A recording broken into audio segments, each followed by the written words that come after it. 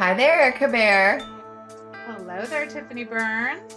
This is a school leader's playbook by connecting through conversation. So, what are we going to talk about today? Well, today we're going to talk about what to do in the moment when a conversation starts to escalate. Even when we have the best laid plans, things can heat up really quickly. And so we want to help you with some strategies of how to respond in real time so you know what to do when that happens. Awesome. What this makes me think of is that like person who shows up in the office or is on the other end of the phone call that you were not expecting, and they are just hot, right? They're super angry, they're super frustrated, there's something going on, they're having some big emotions. And so, our goal in that moment is okay, how can we bring down the temperature? How can we de escalate so that the conversation can be productive, or so that we can move the conversation to something a little bit more controlled and planned so that we can be prepared. So, I think maybe we can chat about some strategies for that. Um, for me, the most helpful strategy is to really listen well and make sure that we're understanding what the issue is, because when someone feels heard, that can really help them to stop telling us because we heard them already.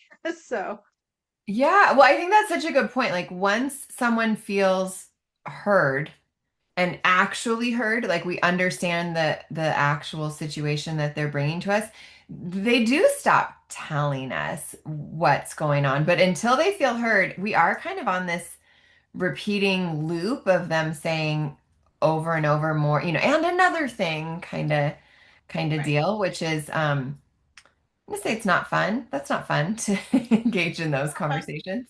Especially like we're saying it like they're just telling us, but most often this could be yelled at us. This could be said with a lot of choice language. And so, how we can navigate that. So some really easy sentence stems for just showing that we're hearing someone, that we're really listening. Just something as basic as like, I hear you. Like, I hear what you're saying. Yes, I understand. I'm hearing what it is that you're telling me. Can be really powerful. Just saying it. I hear you. Absolutely. I have this wonderful opportunity to get to work with college students that are pre-service, and one of them the other day was talking about um, that she just says to when people are really upset, I get it. I get it. And it was like, oh, I love that because you really are saying, yes, I hear you, but also I understand why you're Mhm. saying that, which I think is really helpful with, acknowledging where somebody's coming from. And there are a Yeah. couple more sentence stems that we really like, Yeah. which is that, like you just said, I hear you. And then the other one that I think is so helpful is that I've made a note of that and then actually write it down. Yeah. Because there is something about writing it down that helps people feel more heard. And even just that act of like taking out the pen and pencil and like, oh my gosh, let me just make sure I have this Mhm. down. I want to make a note of this so that I can follow up and work on this problem with you. Sends a really powerful and important message. It also gives you an opportunity to clarify. So saying something like, let me make sure I got this right. Let me make sure that I'm understanding what you're telling me, and then not parroting back what they said, but kind of summarizing and being like, okay, so I'm hearing you say that this happened and it was really upsetting and frustrating for these reasons. And did I capture all of that? And you're saying that as you're writing it down, so they know that you're really taking it seriously. Well, and it gives them an opportunity to say, no, that's not what I meant. Or actually, yeah, or yes, and, here's this other piece. And you're just making sure that just like you said, that you're capturing all of it correctly. And also that you're getting a full picture of this is how they're really feeling and this is why. Right, right. And sometimes when folks are coming in with really big emotions, listening is hard, right? Like we're having to listen through the anger, we're having to listen through the frustration, and we've got our own kind of adrenaline happening, our own cortisol running through. And so it's important that we stop and clarify and make sure that we're really understanding what the issue is, because If we skip over that step and we start working on the wrong thing, that's only going to increase frustration and lead to additional misunderstanding.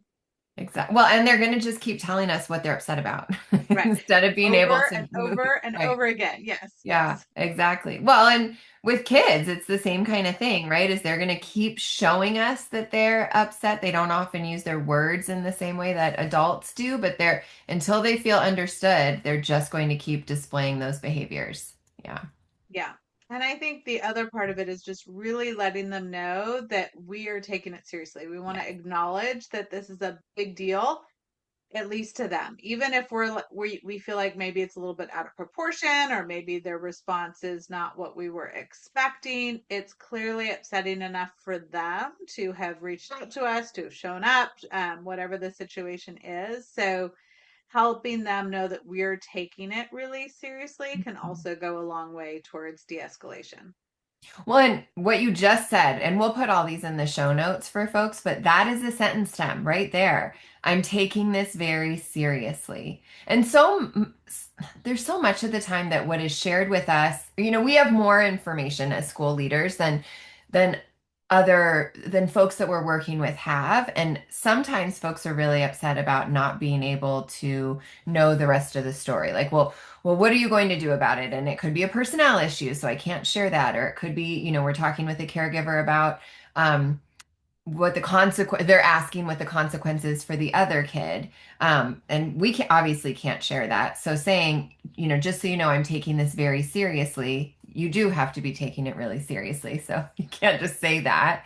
But that really helps people feel acknowledged, even when you can't tell them what it is that you're doing. Right, right.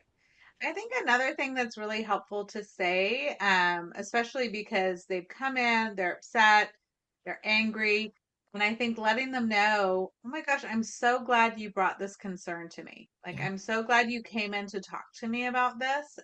It does a couple of important things. One, and lets them know that we want to have a dialogue. We want to work towards solving the problem. And so we really are glad that they brought it to us, even though might not 100% feel that way. It's important for us to remember, well, gosh, if they hadn't, the alternative is that, they're splashing over social media or they're building all this resentment or whatever it might be. So just saying, like, I'm so glad you brought this concern to me because now we can work together to find a solution, right? And so just saying, I'm really happy you brought this to me, or I'm so grateful that you trusted me enough to come to me with this issue. And now we can get to work on figuring out a way through it.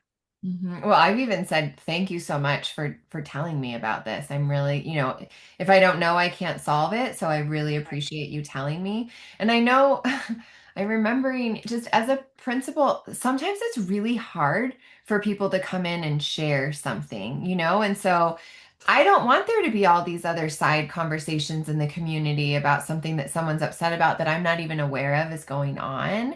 And so I'd remember like saying to people like, thank you so much for bringing this to me. And then when we were able to resolve it, people were like, gosh, I feel so much better that I brought it to you. And I was like, yeah, tell your friends. Like I genuinely would say that to caregivers. Like, I get it and it can be really hard to bring concerns forward. And I'm so glad you did. And, tell your friends I'm a pretty nice person. So like I'm going Yeah. to help solve Yeah. some problems.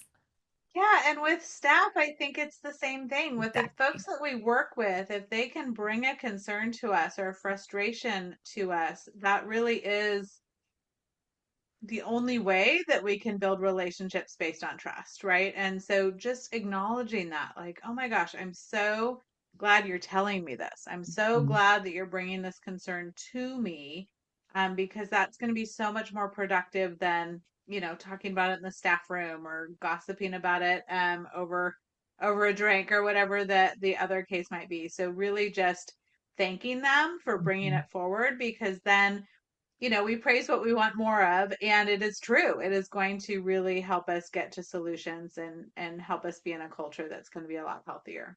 Absolutely. Well, we might have to dig deep. So if we're digging Yeah. deep, just think, I'm thankful they brought this to me instead of posting it all over social media. Well, sometimes they do that too, but Well, sometimes, but yeah. I think at another, least. Yeah, go if ahead. they do both, you can respond if they come in real life. In social Yeah. media, you're kind of tied up. So, Yeah, yeah. there's no responding there. Yeah. Mhm. I think another one too is just well, telling them this is super important. This is Yeah. really important. So you're really acknowledging the seriousness for them, like we talked about. But then there are some times that somebody brings something to us where we got it wrong, or somebody on the staff got it wrong, and we really do need to acknowledge that and saying, I'm so sorry this happened.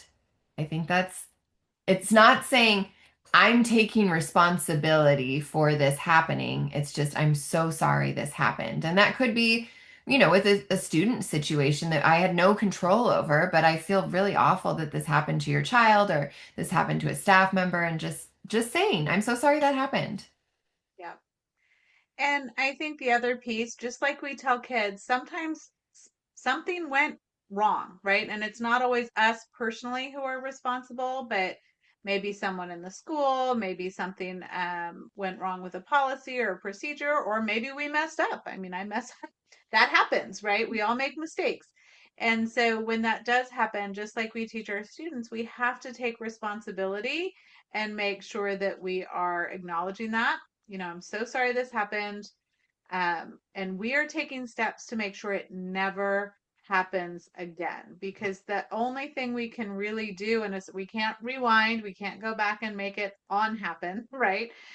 So all we can really do, I mean, we can, depending on the situation, we can do what we can to make it right, but then also assuring them that we've really taken steps and actions to make sure that a similar mistake doesn't happen again. Um, can sometimes also really help people to feel heard and understood, and like we are taking it seriously, like we're changing this policy, we're putting this into place so that this mistake doesn't occur again. Well, and that again, so important that if you say that, you mean it, and you Yeah. are changing Yeah. practice, or we are making sure, these are the things that we're putting into place. Like there are times that we've had to change policy based on a situation that's come up. And um when somebody's really upset about something that happened, justifiably upset, and they got it right, like yes, they are coming in, we got something wrong. Um there is, I think, a tendency to want to hang out there and to want to really spend time talking about all the reasons why this was so upsetting, all the ways that it impacted. And then it's kind of hard to move that forward. And that's what we want to do. Just like you said, we can't rewind, we can't go back in time. This isn't something that we, get a do-over for, but helping move them forward and like move the conversation forward, maybe more solution or more to what do we want a different outcome to be. That sentence stem right there, we are working to ensure nothing like this happens again, helps move us forward. And folks that are just listening can't see me moving my whole body like I'm Yeah. pushing this Yeah. situation from the left to the right. Yeah. Yeah. Yeah. Absolutely. Because, yeah, hanging out in a problem is no fun, and we want to be solution focused. And we can't do that until we've acknowledged it, we've taken responsibility. Here are the things we're going to do differently next time. And now we're moving forward, right? Now, how can we take steps together? And there are also times when we did not get it wrong, right? Sometimes folks come in with information that just is not accurate, right? Like, I don't know if any of those folks listening have ever had a student go home and tell a story that is not real. Yeah. It has parts in it that just aren't exactly what happened, or they left out very critical details about their part in a situation. And so in that situation, we really do want to make sure they have the right information. We need to correct their thinking, but we have to do it in a way where we're not calling them or their child dishonest. You mean And like saying, so, I'm sorry, your kid's lying to you is not right. going to go over super well? No, I don't think that's going to de-escalate. I don't think that's going to bring the temperature down. I just, in my No, experience, that doesn't work. no. And so we have to kind of carefully navigate that, but we also don't want to let the misinformation hang out, right? We Right. want to make sure we correct it. So what we like to say is, I would be upset too if that's what I was told. Or, oh my gosh, if that's what I was thinking, I would be really upset too. Or if that was my understanding, wow. I can understand why you would be so upset. That makes a lot of sense. Can I share with you a little bit more information? Or there's a little bit of context here that I think might help. Or there's a few pieces that I think might help provide a broader perspective on the situation. And then we can kind of go in and add those pieces that maybe are a little bit different than the story that they were told. And that can go a long way, especially because when that does happen, like I've Mhm. had situations where a parent calls me and they're telling me, I mean, their child told them a fib, right? And so, Right, but they like, came in all escalated, all right. hot, and they're now, as they start to understand that it isn't true, like we don't want them to be embarrassed. We don't want them to feel like they have to get defensive or double down because maybe they behaved in a way that was a little over the top, given that it wasn't true. So by just acknowledging, oh my gosh, yeah, I can understand why you're so upset. If I thought that or if I was told that, wow, I would be really upset too. And that way they're not feeling quite that same level of maybe embarrassment on acting on something that wasn't exactly right.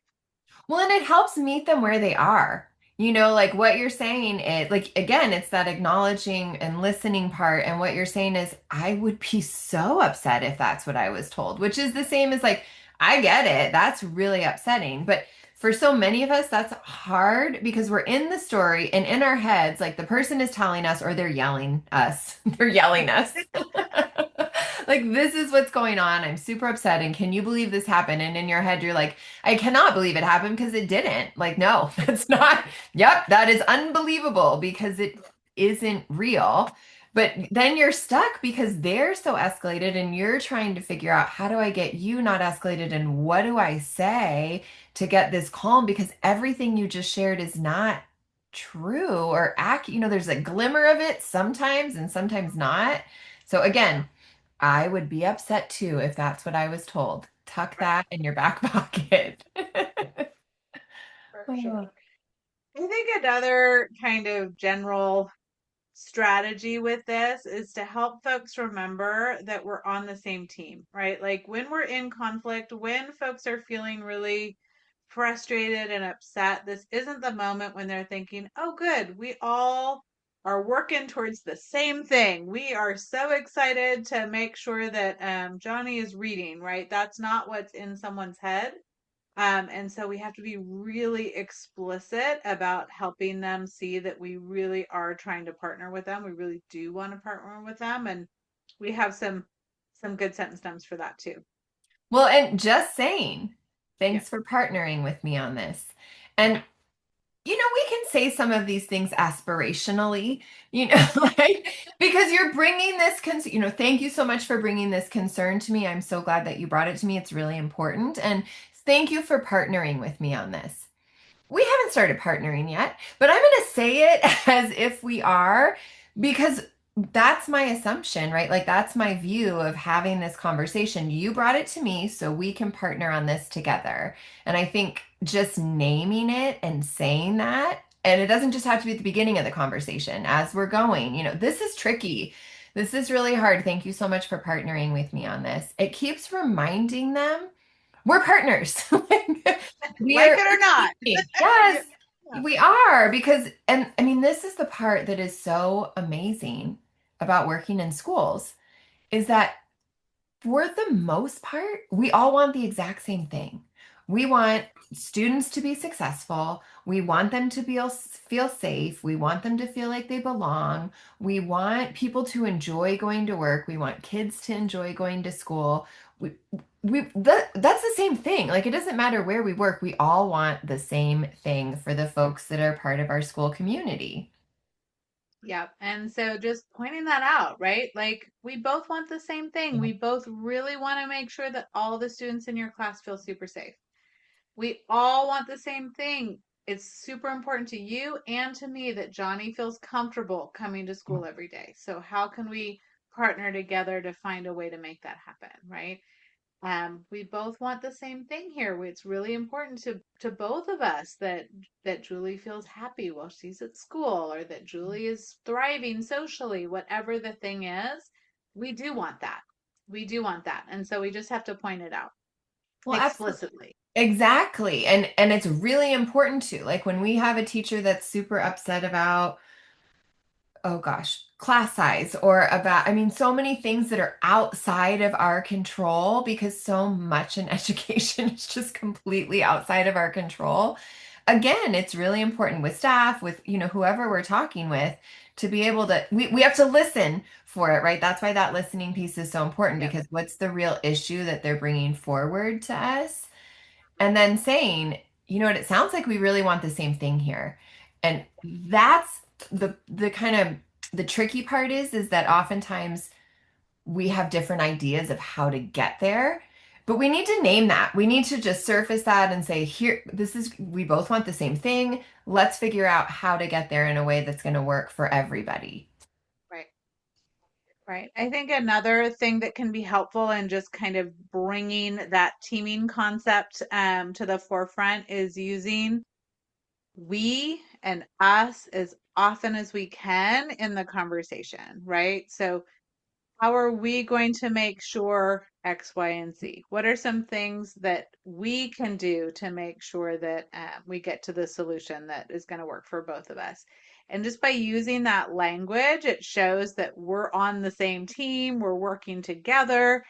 Sometimes it's the royal we, sometimes we're working with a staff member, and, how are we going to make sure that you're on time every day? What are some things we can do to make sure that that's true, right? And I don't mean I'm going to be like calling her and being her alarm clock, but what I do mean is I'm here to problem solve, I'm here to coach, I'm here to provide resources, whatever, so that it really is we are doing this together. You're not on your own, even though they're the ones who might have to actually take some of the action that's going to solve the problem, if that makes sense.